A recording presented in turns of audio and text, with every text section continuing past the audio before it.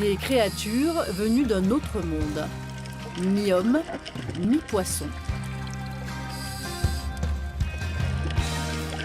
Mais avant de conquérir les mers, c'est en piscine que naissent les sirènes. C'est là que commence la métamorphose.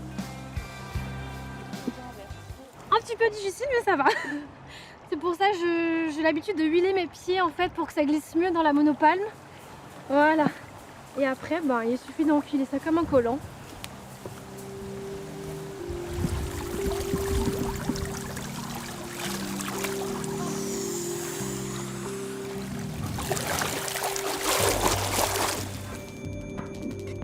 Évoluer ainsi dans l'eau nécessite un apprentissage.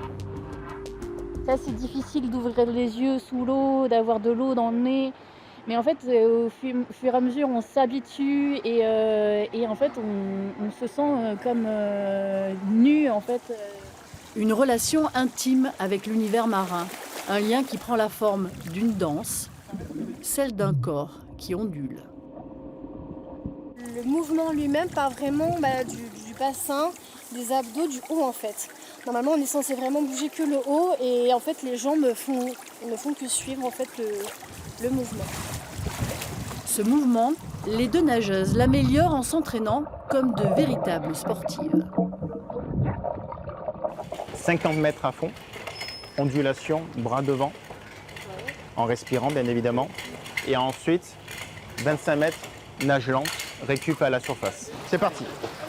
Les exercices fractionnés permettent d'améliorer leurs conditions physiques et leur récupération. Mais la base principale de la pratique est l'apnée. 3 apnées d'échauffement pour vous mettre un peu en mode apnée et faire baisser le cœur. Car pour se glisser dans les écailles d'une sirène, l'être humain, lui, doit gérer l'oxygène dans ses poumons.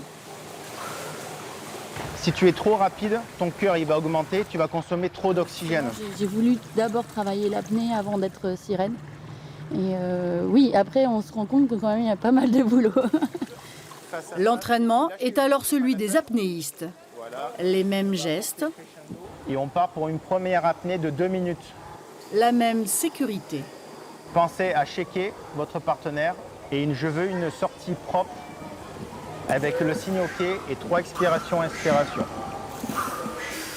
À côté des sirènes, un triton a rejoint le banc.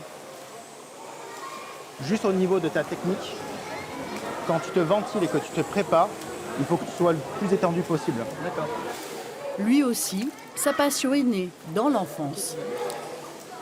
Quand j'étais petit, par exemple, dans le bain, je voulais toujours rester le plus longtemps possible en imaginant que j'aurais des nageurs qui me pousseraient à la place des jambes. Donc il n'y a pas vraiment quelque chose de spécifique qui m'a donné une motivation, ça a toujours été là. Ces êtres fantastiques sont venus peupler les côtes varoises ces dernières années. Leur vision n'est désormais plus un mirage.